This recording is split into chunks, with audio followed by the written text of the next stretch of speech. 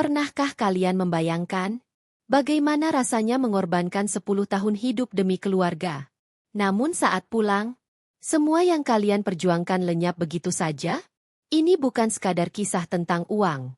Ini adalah kisah tentang kepercayaan, tentang pengkhianatan oleh darah sendiri, dan tentang seorang pria yang hampir kehilangan istri dan anaknya. Bukan karena musuh, tetapi karena sepupu yang ia anggap saudara. Sebelum kita masuk ke ceritanya, tulis di kolom komentar ya kamu menonton video ini dari daerah mana? Jakarta, Jawa Timur, Sumatera, Kalimantan, Sulawesi, atau luar negeri? Kami ingin tahu sejauh apa kisah ini didengar. Dan jangan lupa, dukung channel Life Story ID dengan cara subscribe, like, dan bagikan video ini, agar kisah-kisah nyata penuh makna seperti ini terus bisa kami hadirkan untuk kalian semua. Sekarang, duduklah dengan tenang, karena kisah ini tidak ringan. Sekarang mari kita mulai kisahnya. Namanya Arga. Selama 10 tahun, ia hidup di atas laut. Pagi, siang, malam. Ombak menjadi atap, dan langit menjadi saksi. Ia bekerja sebagai awak kapal, meninggalkan istrinya Dara di Jakarta dengan satu tujuan sederhana. Keluarganya harus hidup lebih baik daripada dirinya hari ini. Setiap tetes keringatnya ia kirimkan pulang. Setiap gaji, ia titipkan pada satu orang yang paling ia percaya. Fajar, sepupunya sendiri. Arga tidak pernah curiga. Karena bagi Arga, keluarga adalah tempat paling aman untuk menitipkan segalanya. Namun ia tidak tahu, di daratan, sebuah pengkhianatan sedang tumbuh diam-diam. Dan kelak, akan menghancurkan hidupnya dari akar. Langit pagi itu di tengah Samudra Hindia tampak kelabu, seperti lembaran baja raksasa yang tak pernah benar-benar ramah pada manusia. Angin asin menerpa wajah Arga Pratama, pria berusia 38 tahun yang berdiri sendirian di buritan kapal kargo tempat ia bekerja selama 1 dekade terakhir. Rambutnya yang mulai dipenuhi uban tipis tertiup angin laut, sementara matanya menatap kosong ke arah cakrawala tanpa ujung. Sudah 10 tahun. 10 tahun Arga hidup di antara besi kapal, suara mesin, dan bau solar. 10 tahun ia menghabiskan hari-harinya jauh dari rumah, dari tanah kelahirannya, dari satu-satunya perempuan yang ia cintai, Dara. Di dalam saku jaket kerjanya yang lusuh, Arga mengeluarkan sebuah foto kecil yang warnanya mulai pudar. Foto itu selalu ia bawa kemanapun. Di dalamnya, seorang perempuan berwajah lembut tersenyum malu-malu, mengenakan kebaya sederhana berwarna krem. Dara, istrinya. Foto itu diambil tepat seminggu sebelum Arga berangkat ke luar negeri untuk pertama kalinya. Sebentar saja, Ra, gumam Arga pelan, seolah Dara bisa mendengarnya. Aku cuma mau ngumpulin modal. Biar kamu nggak capek hidup susah. Janji itu diucapkan Arga dengan keyakinan penuh, tanpa tahu bahwa kata sebentar akan berubah menjadi 10 tahun yang panjang dan melelahkan. Awalnya, Arga hanya berniat bekerja 2 atau 3 tahun. Tapi kebutuhan hidup, biaya keluarga, dan mimpi sederhana tentang rumah layak membuatnya terus memperpanjang kontrak. Dari satu kapal ke kapal lain. Dari satu negara ke negara lain. Tanpa pernah benar-benar pulang. Setiap bulan, tanpa pernah terlambat, Arga mengirimkan hampir seluruh gajinya ke Indonesia. Jumlahnya tidak kecil. Dalam 10 tahun, total uang yang ia kirim mencapai miliaran rupiah. Uang itu dititipkan kepada sepupunya, Fajar, yang ia percaya untuk mengelola tabungan dan investasi. Tenang aja, Ga, kata Fajar dulu lewat sambungan telepon. Urusan rumah, tanah, sama tabungan, gue yang pegang. Lo fokus kerja aja di sana. Arga percaya. Terlalu percaya. Di sela-sela kerja berat di laut, Arga sering membayangkan masa depannya bersama Dara. Ia membayangkan rumah 2 lantai di pinggiran Jakarta, halaman kecil dengan pohon mangga, dapur bersih tempat Dara memasak sambil bersenandung pelan. Ia membayangkan istrinya tidak lagi mencuci pakaian tetangga, atau bekerja serabutan hanya demi bertahan hidup. Di malam hari, saat sebagian kru kapal terlelap, Arga sering duduk sendiri di kabin sempitnya. Ia menulis pesan panjang untuk Dara, meski seringkali hanya sebagian kecil yang benar-benar terkirim karena sinyal yang buruk. Aku masih sehat, tulisnya suatu malam. Kerja memang capek, Tapi aku kuat. Yang penting kamu jaga diri di rumah. Jangan terlalu mikirin aku. Balasan Dara selalu singkat, tapi hangat. Aku baik-baik saja. Kamu jaga kesehatan. Aku nunggu. Kalimat aku nunggu itu menjadi bahan bakar Arga untuk bertahan. Namun, seiring berjalannya waktu, ada sesuatu yang perlahan berubah. Pesan Dara semakin jarang. Suaranya di telepon tidak lagi secerah dulu. Kadang terdengar ragu, kadang seperti menyembunyikan sesuatu. Uang kiriman bulan ini sudah diterima? Tanya Arga suatu kali. Iya, sudah, jawab Dara singkat. Arga tidak curiga. Ia mengira Dara hanya lelah. Hidup memang tidak mudah, pikirnya. Apalagi menunggu suami bertahun-tahun. Hari itu, kapal tempat Arga bekerja bersandar di pelabuhan terakhir sebelum kontraknya berakhir. Di tangannya, Arga menggenggam amplop coklat berisi dokumen kepulangan dan sisa tabungan pribadinya. Dadanya berdebar tidak karuan. Sebentar lagi aku pulang, batinnya. Ia membayangkan kejutan untuk Dara.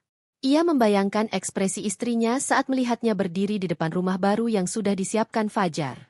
Ia membayangkan pelukan hangat setelah 10 tahun hanya bertemu lewat layar kecil. Namun, di balik semua harapan itu, ada rasa asing yang tiba-tiba menyelinap ke dadanya. Perasaan tak nyaman yang tidak bisa ia jelaskan. Seperti firasat buruk yang mengetuk pelan, tapi terus-menerus. Di geladak kapal, Arga menatap laut untuk terakhir kalinya sebelum pulang. Laut yang telah memberinya nafkah, tapi juga merenggut masa mudanya. Laut yang menjadi saksi bisu air mata dan doa-doanya setiap malam. Aku pulang, Ra, ucapnya lirih, menatap foto di tangannya. Kita mulai hidup baru. Arga tidak tahu bahwa kepulangan itu bukanlah akhir dari penderitaannya. Itu justru awal dari mimpi buruk yang akan menghancurkan seluruh keyakinannya tentang kepercayaan, keluarga, dan arti pengorbanan.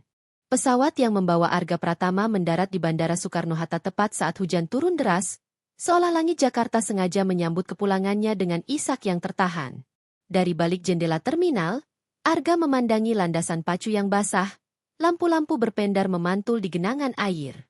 Dadanya terasa penuh, campuran antara rindu, lelah, dan harapan yang menumpuk selama 10 tahun.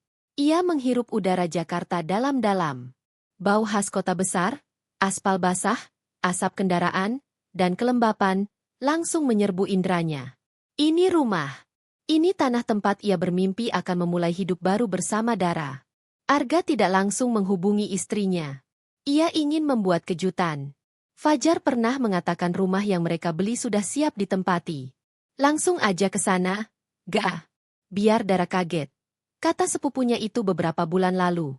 Sebuah taksi online membawanya menembus hujan ke arah pinggiran Jakarta. Di dalam mobil, Arga memegang tas kecil berisi pakaiannya.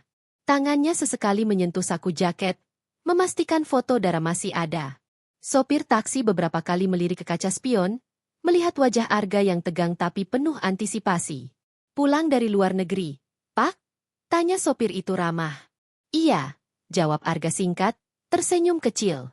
Ia tidak tahu, senyum itu akan segera runtuh. Mobil berhenti di depan sebuah rumah 2 lantai bercat krem dengan pagar hitam minimalis. Persis seperti yang sering Arga bayangkan selama ini. Jantungnya berdegup kencang. Inilah rumahnya. Rumah yang dibeli dari keringat dan darahnya sendiri. Namun ada sesuatu yang terasa ganjil. Lampu teras menyala, tapi suasananya asing. Di halaman, terparkir mobil SUV hitam yang jelas bukan milik Fajar. Tirai jendela tertutup rapat. Tidak ada tanda-tanda Dara. Arga turun dari mobil, membayar ongkos, lalu berdiri beberapa detik di depan pagar. Hujan makin deras, membasahi rambut dan bajunya, tapi Arga tidak peduli. Ia menekan bel rumah. Tak lama kemudian, pintu terbuka. Seorang pria berusia sekitar 40-an muncul. Tubuhnya tegap, mengenakan kaos rumahan dan celana pendek. Tatapannya tajam, penuh selidik. Cari siapa? Tanya pria itu datar. Arga menelan ludah. Ini, rumah saya. Saya Arga. Saya mau masuk. Pria itu mengernyit, lalu tertawa kecil, seolah mendengar lelucon yang tidak lucu. Rumah Bapak? Katanya. Maaf, Pak. Ini rumah saya. Sertifikatnya atas nama saya. Dunia Arga seakan berhenti berputar. Apa? Suaranya bergetar. Nggak mungkin. Rumah ini dibeli pakai uang saya.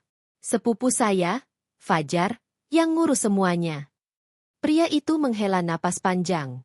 Ia melangkah ke dalam, lalu kembali sambil membawa map plastik. Di dalamnya, beberapa lembar dokumen. Ini sertifikatnya, katanya sambil menyodorkan. Kalau Bapak nggak percaya, silakan cek ke notaris. Saya beli rumah ini secara sah. Tangan Arga gemetar saat melihat nama yang tertera di dokumen itu. Bukan namanya. Bukan pula nama Dara. Semuanya sah. Semuanya resmi. Hujan turun semakin deras. Seakan ikut menertawakan kebodohannya. Pak, saya cuma numpang tanya. Ujar Arga pelan, hampir memohon. Istri saya? Dia tinggal di sini. Pria itu menggeleng. Sejak saya beli rumah ini 6 bulan lalu, saya nggak pernah lihat perempuan bernama Dara. Kalimat itu menghantam Arga lebih keras daripada hujan. Ia melangkah mundur, hampir terjatuh. Kepalanya penuh dengan pertanyaan yang berdesakan. 6 bulan lalu? Lalu selama ini Dara tinggal di mana? Dan Fajar? Arga segera mengeluarkan ponselnya. Tangannya yang basah menyulitkannya menekan layar. Ia menelepon Fajar. Nada sambung. Tidak diangkat. Ia mencoba lagi. Dan lagi. Tidak ada jawaban. Arga beralih ke aplikasi perbankan. Saldo rekening utama yang selama ini ia gunakan untuk menabung, kosong. Atau lebih tepatnya, hampir nol. Jantungnya serasa diremas kuat-kuat. Ini nggak mungkin, gumamnya. Ini pasti salah. Ia mencoba masuk ke rekening lain. Sama saja. Semua dana yang selama ini ia kirim, hilang. Di tengah hujan, Arga terduduk di tepi trotoar. Air mengalir di wajahnya. Entah itu hujan atau air mata, ia sendiri tidak tahu. 10 tahun kerja keras. 10 tahun hidup seperti mesin. Semua lenyap. Ia kembali menelepon Dara. Nomor itu tidak aktif. Sekali lagi. Tetap tidak aktif. Arga tertawa kecil. Suara yang terdengar lebih seperti orang yang hampir gila. Fajar. Desisnya. Apa yang kamu lakukan?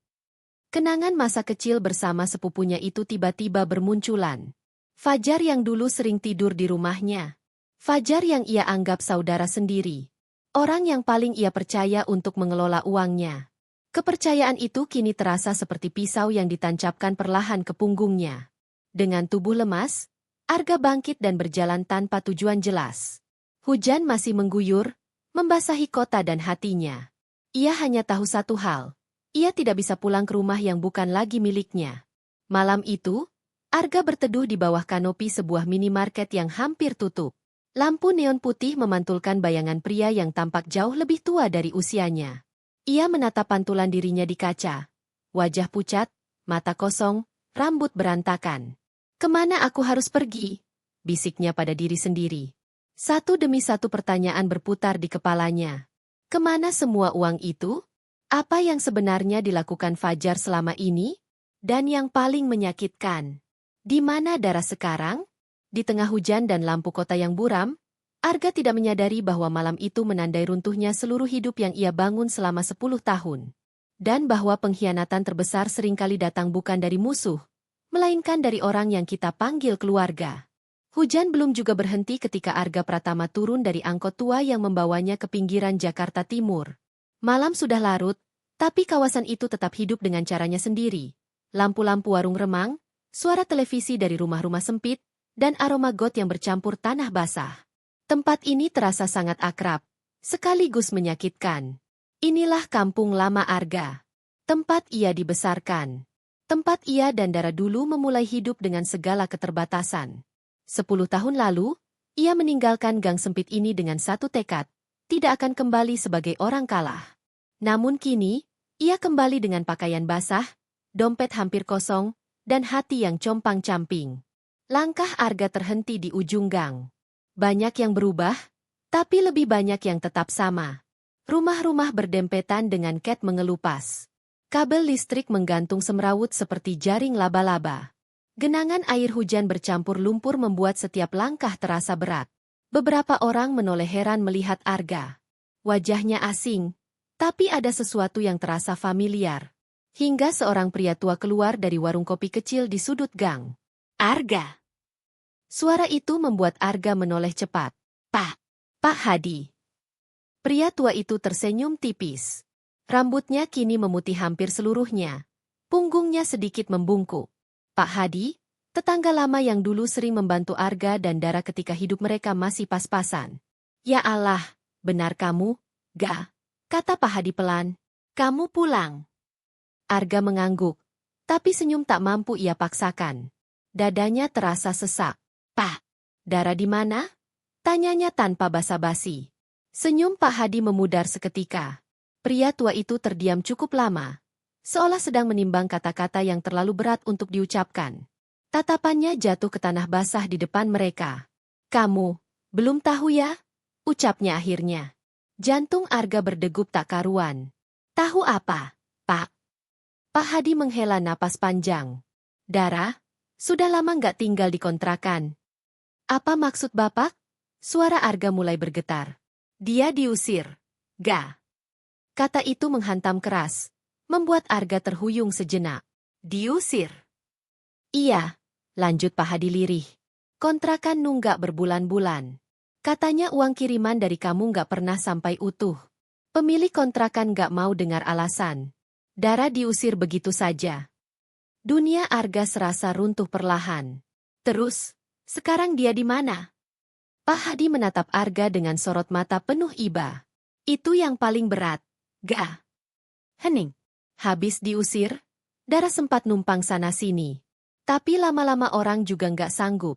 Sekarang, Pak Hadi menelan ludah. Dia tinggal di bantaran kali. Di lapak pemulung. Kepala Arga berdengung. Bantaran kali? Ulangnya pelan, nyaris tak bersuara. Pak Hadi mengangguk. Sama beberapa pemulung lain. Kadang bantu milah sampah. Kadang cuma ngais sisa makanan. Kata-kata itu menusuk Arga tanpa ampun. Perempuan yang ia janjikan istana, kini tinggal di antara sampah dan bau busuk. Tanpa berkata apapun lagi, Arga langsung berlari. Ia tidak peduli dengan hujan, lumpur, atau tatapan orang-orang. Kakinya melangkah cepat menyusuri ganggang sempit, melewati genangan air yang memercikan lumpur ke celananya. Nafasnya terengah, tapi ia terus berlari. Seolah takut kenyataan akan semakin buruk jika ia berhenti. Semakin dekat ke bantaran kali, bau menyengat mulai menusuk hidung. Bau sampah basah, limbah, dan air hitam yang mengalir pelan di sungai keruh. Lampu-lampu seadanya menerangi gubuk-gubuk darurat dari terpal dan papan bekas. Dara, gumam Arga berulang kali. Ia menyusuri tumpukan sampah, matanya meneliti setiap sosok perempuan yang ia lihat. Ada yang tua, ada yang muda.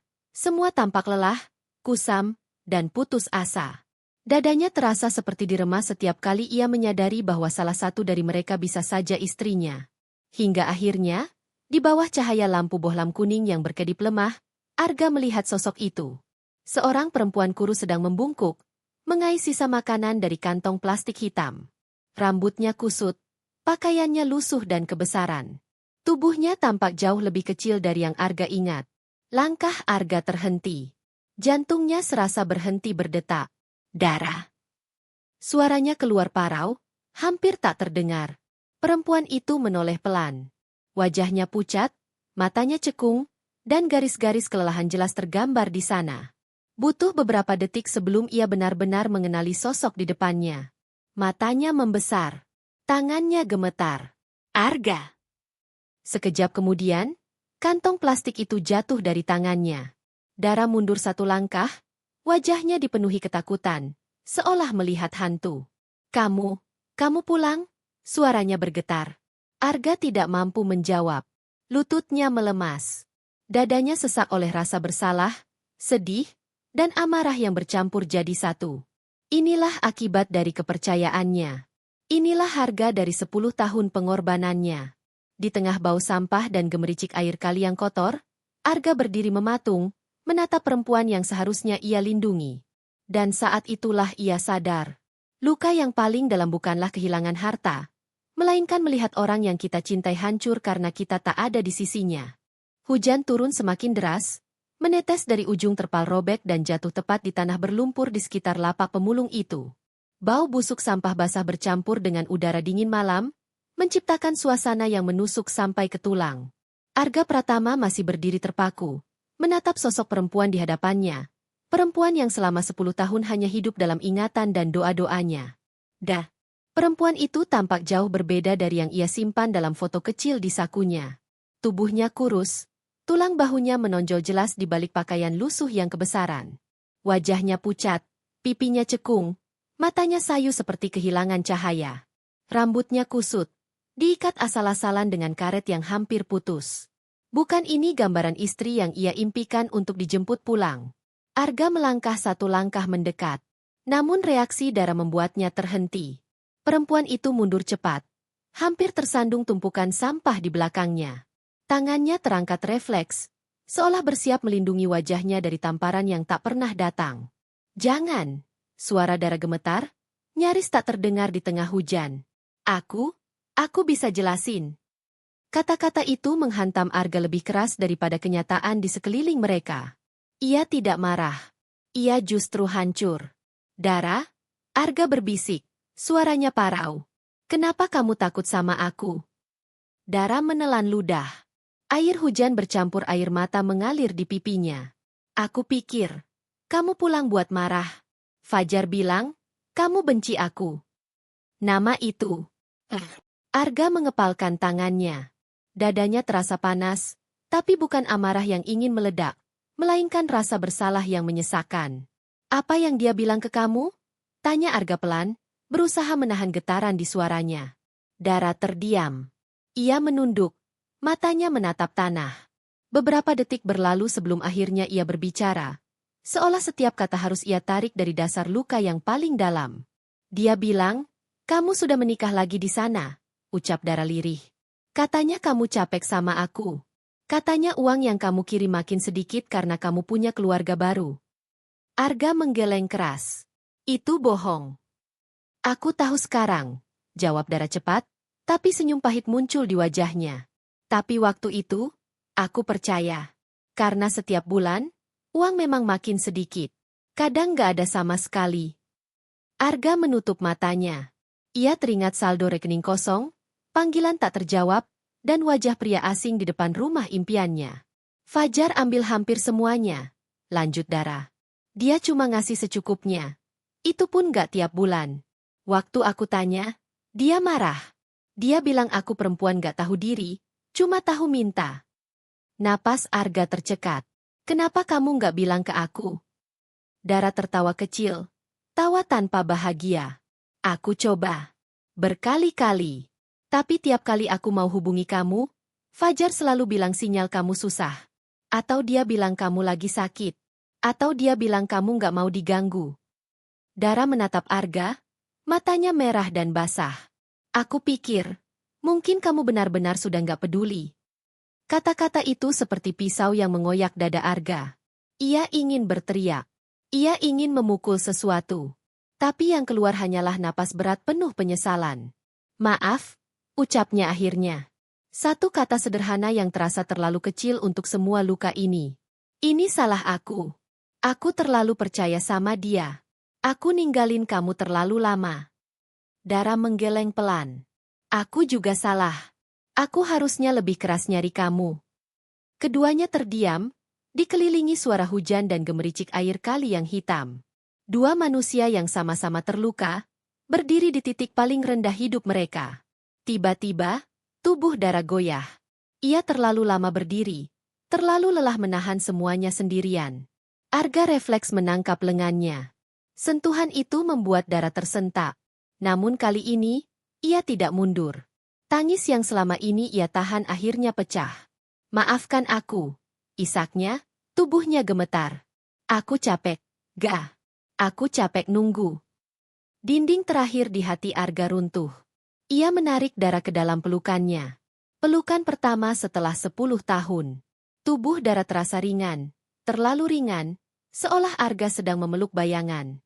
Bahunya bergetar hebat, isaknya tertahan di dada Arga. Pria itu memejamkan mata, merasakan air hujan dan air mata menyatu di antara mereka. Aku pulang, bisiknya di rambut Dara. Aku di sini sekarang. Namun pelukan itu tidak menghapus luka. Tidak mengembalikan tahun-tahun yang hilang. Tidak serta-merta menyembuhkan rasa takut yang tertanam di hati Dara. Arga merasakannya. Cara tubuh Dara masih kaku. Cara napasnya masih tersengal. Cara tangannya ragu-ragu membalas pelukan itu. Di tengah sampah, lumpur, dan bau busuk bantaran kali, Arga akhirnya memahami satu hal yang paling menyakitkan. Cinta saja tidak cukup untuk melindungi seseorang dari kehancuran. Dan malam itu, sambil memeluk istrinya yang hancur karena kepercayaannya pada orang yang salah, Arga bersumpah dalam hati. Ia tidak akan membiarkan Fajar lolos begitu saja. Karena pengkhianatan ini bukan hanya tentang uang. Ini tentang hidup yang direnggut perlahan, tentang seorang perempuan yang hampir kehilangan harapan, dan tentang harga mahal dari sebuah kepercayaan. Pagi datang perlahan di bantaran kali, membawa cahaya pucat yang menyingkap kenyataan tanpa ampun. Arga Pratama duduk di atas peti kayu bekas, menatap air sungai yang mengalir keruh. Malam sebelumnya hampir tak ia lewati dengan tidur. Setiap kali memejamkan mata, wajah Dara yang kurus dan ketakutan terus muncul, disusul satu pikiran yang membuat dadanya semakin sesak. Ia tidak hanya kehilangan istri. Ia hampir kehilangan keluarganya. Dara duduk tak jauh darinya, memeluk seorang anak laki-laki berusia sekitar 8 tahun. Tubuh anak itu kecil untuk usianya. Tulang rusuknya tampak jelas di balik kaos tipis yang sudah lusuh. Nafasnya pendek, sesekali batuk pelan. Anak itu bernama Raffi. Anak yang seharusnya tumbuh dengan gizi cukup dan tawa ceria, bukan di tengah bau sampah dan air kali. Sejak kapan Raffi sakit? Tanya Arga pelan. Dara mengusap rambut anak itu dengan tangan gemetar. Sudah lama, jawabnya lirih. Sering pusing, sering lemas. Tapi aku nggak punya uang buat ke dokter. Kadang makan aja susah. Kalimat itu membuat rahang Arga mengeras. Bukan karena marah pada Dara, melainkan pada dirinya sendiri. Dan pada satu nama yang terus berputar di kepalanya. Tanpa banyak bicara, Arga berdiri. Keputusannya bulat. Kita ke rumah sakit, katanya tegas. Dara menatapnya ragu. Tapi, uang. Arga membuka tas kecilnya, mengeluarkan amplop coklat yang ia bawa sejak pulang dari luar negeri. Isinya tidak seberapa dibandingkan miliaran yang hilang, tapi cukup untuk satu hal terpenting, menyelamatkan nyawa. Ada aku, jawab Arga singkat. Mereka meninggalkan bantaran kali pagi itu, menumpang ojek menuju rumah sakit pemerintah terdekat. Sepanjang perjalanan, Arga memeluk Raffi erat di dadanya, merasakan betapa ringan tubuh anak itu. Ini anakku, batinnya. Dan aku hampir kehilangannya. Di ruang IGD yang ramai dan dingin, Arga berdiri di samping ranjang Raffi, memperhatikan perawat memasang infus kecil di lengan kurus anak itu. Dara menangis pelan di sudut ruangan, menutup mulutnya agar tak terdengar orang lain. Anaknya kurang gizi cukup parah, kata dokter dengan nada profesional. Harus dirawat. Kalau terlambat sedikit saja, bisa berbahaya. Arga mengangguk. Rawat. Lakukan apapun yang perlu. Saat itulah, sesuatu berubah di dalam dirinya. Kesedihan masih ada. Amarah masih menyala. Tapi kini semuanya terkunci rapat, diarahkan ke satu tujuan. Melindungi keluarga. Beberapa jam kemudian, ketika Dara tertidur di kursi ruang tunggu karena kelelahan, Arga duduk sendirian menatap layar ponselnya. Tangannya bergerak cepat. Ia membuka kembali semua email lama, catatan transfer, bukti pengiriman uang selama 10 tahun. Satu persatu, potongan kebenaran mulai terlihat. Nomor rekening yang sama. Nama Fajar muncul berulang kali. Tanggal-tanggal transfer besar yang tak pernah Dara terima. Arga memotret layar, menyimpan semua bukti. Ia tidak lagi panik seperti malam sebelumnya. Kini pikirannya dingin, teratur, dan fokus. Di saat yang sama, bayangan Fajar muncul di benaknya. Bukan sebagai sepupu miskin yang dulu sering meminjam uang, melainkan sebagai pria dengan mobil mewah, jam tangan mahal, dan gaya hidup yang dipamerkan di media sosial. Arga membuka salah satu akun lama yang masih bisa ia akses. Foto Fajar tersenyum di restoran mahal. Fajar di dalam mobil sport. Fajar di luar negeri, berpose santai seolah hidup tanpa beban. Sementara istrinya dan anaknya hidup di bantaran kali. Tangan Arga mengepal. Napasnya berat, tapi ia tidak membiarkan emosinya menguasai dirinya. Belum sekarang, gumamnya. Bukan dengan emosi. Ia tahu, melawan Fajar tidak bisa dengan amarah semata. Ia butuh bukti. Ia butuh strategi. Dan yang terpenting, ia harus memastikan Dara dan Raffi aman terlebih dahulu. Hari-hari berikutnya, Arga membagi hidupnya menjadi 2 bagian. Siang hari, ia berada di rumah sakit. Mengurus administrasi, memastikan Raffi makan dan mendapat perawatan terbaik yang bisa ia bayar. Menemani Dara, meyakinkannya bahwa ia tidak sendirian lagi. Malam hari, Arga bergerak. Ia menemui Pak Hadi kembali, menanyakan detail tentang kontrakan lama, tentang Fajar, tentang siapa saja yang pernah datang membawa pesan atas nama dirinya.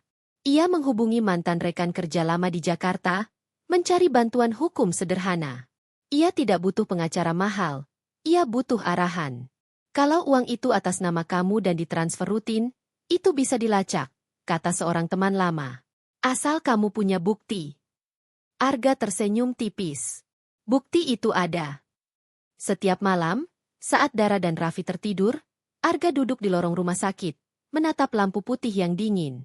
Marah masih ada, tapi kini ia memakainya seperti pisau, tajam, terkontrol, dan tepat sasaran. Ia tidak lagi pria yang kebingungan di bawah hujan. Ia tidak lagi buruh laut yang hanya bisa berharap. Ia adalah seorang suami, seorang ayah. Dan untuk pertama kalinya sejak pulang ke Jakarta, Arga merasa memegang kembali kendali atas hidupnya. Di dalam hatinya, satu tekad mengeras menjadi sumpah. Fajar akan dimintai pertanggungjawaban. Bukan demi balas dendam, tapi demi keadilan. Dan demi memastikan bahwa keluarganya tak akan pernah lagi hidup di bawah bayang-bayang pengkhianatan. Sore itu, langit Jakarta tampak berat, seolah menahan hujan yang siap tumpah kapan saja. Arga Pratama berdiri di depan rumah besar bercat putih gading di kawasan lama Jakarta Timur, rumah keluarga besar yang selama ini menjadi pusat berkumpul, tempat segala keputusan penting pernah dibuat. Disinilah Fajar tumbuh bersama Arga. Disinilah kepercayaan dulu dibangun. Dan disinilah semuanya akan berakhir. Arga menarik napas dalam-dalam sebelum melangkah masuk. Tidak ada kemarahan membara di wajahnya. Tidak ada teriakan. Yang ada hanya ketenangan dingin. Ketenangan seseorang yang sudah kehilangan segalanya. Dan kini tak punya apa-apa lagi untuk ditakuti. Di ruang tamu yang luas, beberapa anggota keluarga sudah berkumpul. Paman, bibi, sepupu, wajah-wajah yang dulu ia kenal hangat, kini memandangnya dengan campuran heran dan canggung. Di tengah ruangan, Fajar duduk santai di sofa empuk, mengenakan kemeja rapi dan jam tangan mahal yang berkilau di pergelangan tangannya.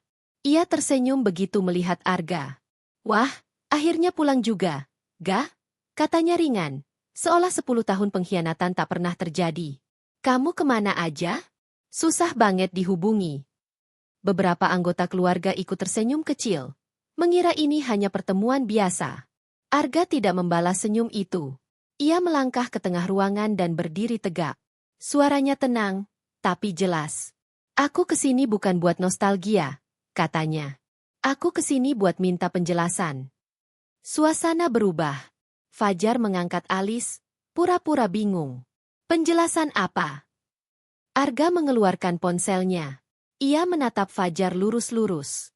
Tentang uang kiriman selama 10 tahun. Tentang rumah atas namamu. Tentang istriku dan anakku yang hidup di bantaran kali. Senyum Fajar sedikit goyah. Aku nggak ngerti maksud kamu. Jawabnya cepat. Aku cuma bantu sebisaku. Arga menekan layar ponsel. Sebuah layar besar di ruang tamu menyala. Televisi keluarga yang biasa dipakai menonton sinetron kini menampilkan rekap transfer bank. Angka demi angka muncul. Tang. Nominal. Nama penerima. Semua mengarah ke satu rekening. Rekening Fajar. Ruangan mendadak hening. Ini bukti transfer, kata Arga datar. Totalnya lebih dari cukup buat beli rumah, biaya hidup, dan tabungan. Tapi istriku diusir karena nunggak kontrakan. Beberapa bibi menutup mulutnya. Seorang paman mengernyit tajam. Fajar bangkit berdiri. Itu, Itu buat investasi, katanya tergesa. Semua aku putar. Gak. Pas kondisi lagi susah. Cukup. Arga menggeser layar. Kini muncul foto Dara dan Raffi di rumah sakit. Raffi terbaring dengan infus di tangan kecilnya. Dara duduk di samping ranjang, wajahnya pucat dan penuh air mata. Ini hasil investasi kamu, ucap Arga. Suaranya tetap tenang, tapi menusuk. Anakku hampir mati karena kurang gizi. Suara Ishak terdengar dari sudut ruangan. Fajar menelan ludah. Wajahnya memucat. Kamu nggak bisa nyalahin aku sepenuhnya. Katanya mulai berakting. Suaranya bergetar dibuat-buat. Aku juga punya keluarga. Aku pikir kamu udah nggak peduli sama Dara. Kamu kan jarang hubungi. Arga menekan satu tombol lagi. Layar menampilkan rekaman CCTV dari sebuah bank. Terlihat jelas Fajar menarik uang tunai dalam jumlah besar. Tanggalnya sama dengan hari Arga mengirim uang dari luar negeri. Rekaman berganti. Fajar keluar dari dealer mobil, menandatangani pembelian kendaraan mewah. Tidak ada lagi yang bisa dibantah. Fajar mundur satu langkah. Matanya liar, mencari celah. Ini fitnah, teriaknya. Kamu iri. Kamu mau hancurin aku di depan keluarga. Arga melangkah mendekat. Untuk pertama kalinya, suaranya meninggi. Bukan karena emosi, tapi karena ketegasan. Aku nggak mau hancurin kamu, katanya. Kamu yang menghancurkan dirimu sendiri. Saat itulah terdengar suara langkah kaki dari luar. Beberapa pria berseragam masuk ke dalam rumah. Polisi. Saudara Fajar, kata salah satu petugas tegas. Anda kami amankan terkait dugaan penipuan dan penggelapan dana. Kepanikan melanda wajah Fajar. Tunggu. Ini salah paham. Ia berbalik, mencoba berlari ke arah pintu belakang. Namun dua petugas sudah menunggunya. Tangannya diborgol. Ruangan kembali sunyi. Tapi kali ini bukan sunyi penuh kebingungan, melainkan sunyi penuh kesadaran. Arga berdiri diam, menatap sepupunya yang kini tertunduk. Tidak ada rasa puas. Tidak ada senyum kemenangan. Hanya kelegaan yang pahit. Aku melakukan ini bukan buat balas dendam, kata Arga kepada keluarga yang terdiam. Aku cuma mau satu hal, keluargaku aman. Dan kebenaran berdiri di tempatnya. Ia berbalik melangkah pergi, meninggalkan rumah besar itu tanpa menoleh lagi. Di luar, angin sore berembus pelan. Arga menatap langit yang akhirnya menurunkan hujan. Untuk pertama kalinya sejak 10 tahun lalu, hujan itu tidak terasa menghancurkan. Ia tahu, keadilan memang tidak selalu mengembalikan apa yang hilang. Tapi setidaknya, malam itu, kebenaran akhirnya pulang. Pagi itu tidak disambut dengan sorak-sorai, tidak juga dengan air mata berlebihan.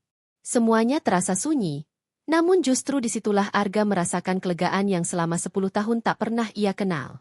Di ruang tamu rumah keluarga besar, Fajar duduk tertunduk dengan kedua tangan terborgol. Wajah yang dulu penuh percaya diri kini pucat dan kosong. Polisi berdiri di sisi kanan kirinya, menunggu waktu untuk membawanya pergi.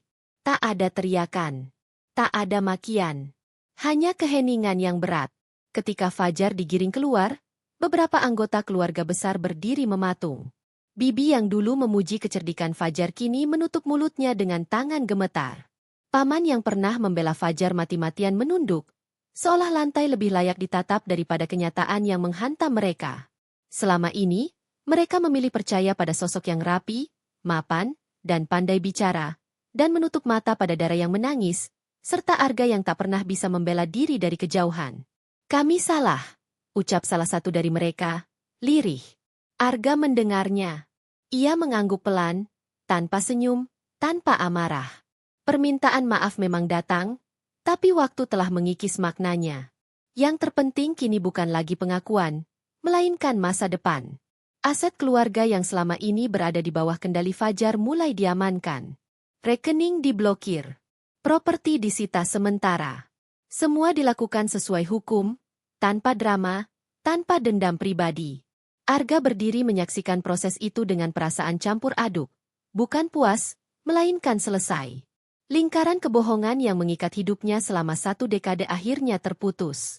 Hari itu juga, Arga membawa Dara dan Raffi pulang. Bukan ke rumah lama yang penuh kenangan pahit, melainkan ke sebuah rumah sederhana di pinggir kota, bersih, terang, dan tenang. Rumah yang dipilih Arga bukan karena besar atau mewah, tapi karena dekat dengan rumah sakit dan jauh dari kebisingan masa lalu. Saat Dara melangkah masuk, ia berhenti sejenak di ambang pintu. Tangannya bergetar, seolah takut semua ini hanya mimpi. "Ini rumah kita," kata Arga pelan. Dara mengangguk. Air mata jatuh tanpa suara. Raffi langsung mendapatkan perawatan lanjutan. Dokter menyampaikan bahwa kondisinya membaik, meski pemulihan akan memakan waktu. Setiap hari Arga duduk di samping ranjang kecil itu, memperhatikan dada Raffi yang naik turun dengan napas yang kini lebih teratur. Tangannya menggenggam jemari kecil anaknya, sebuah sentuhan yang 10 tahun lalu hanya bisa ia bayangkan dari tengah laut. Dara pun mulai menjalani terapi. Luka fisiknya perlahan sembuh, tapi luka di pikirannya membutuhkan waktu lebih panjang. Ada malam-malam ketika ia terbangun karena mimpi buruk, mengira Arga akan pergi lagi atau kembali marah seperti yang selalu ditanamkan Fajar dalam kepalanya. Setiap kali itu terjadi, Arga ada di sana. Tidak banyak bicara. Hanya duduk, menemani, memastikan Dara tahu bahwa ia tidak sendirian lagi. Hari-hari berlalu dengan ritme yang sederhana. Pagi diisi dengan kunjungan rumah sakit atau terapi. Siang dengan memasak bersama, Dara perlahan menemukan kembali kebahagiaan dari hal-hal kecil. Sore dengan Arga mengajak Raffi berjalan di taman kecil dekat rumah. Meski anak itu masih sering lelah dan harus digendong. Tidak ada janji-janji besar, hanya kehadiran yang konsisten. Kabar tentang penangkapan Fajar menyebar. Ada yang menghubungi Arga, ada yang hanya mengamati dari jauh.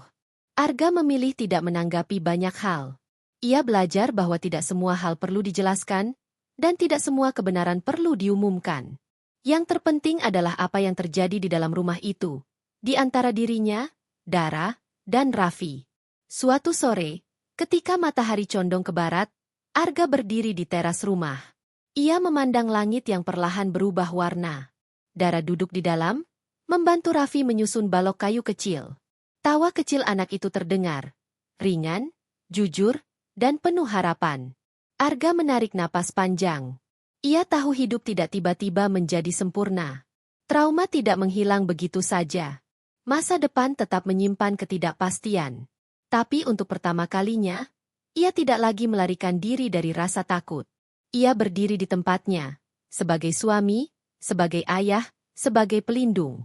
Bukan karena ia menang atas Fajar, melainkan karena ia memilih keluarganya. Setiap hari, tanpa ragu. Di dalam hatinya, Arga berjanji, tidak akan ada lagi kepercayaan buta, tidak akan ada lagi pengorbanan yang membiarkan orang-orang terkasih menderita sendirian. Keberanian, baginya kini, bukan tentang menghadapi musuh, melainkan tentang tetap tinggal, menjaga, dan bertanggung jawab. Malam turun perlahan. Lampu rumah menyala hangat. Dari luar, rumah itu tampak biasa saja. Namun di dalamnya, sebuah keluarga yang hampir hancur telah menemukan kembali pijakan. Bukan akhir yang sempurna, tapi cukup nyata untuk disebut bahagia.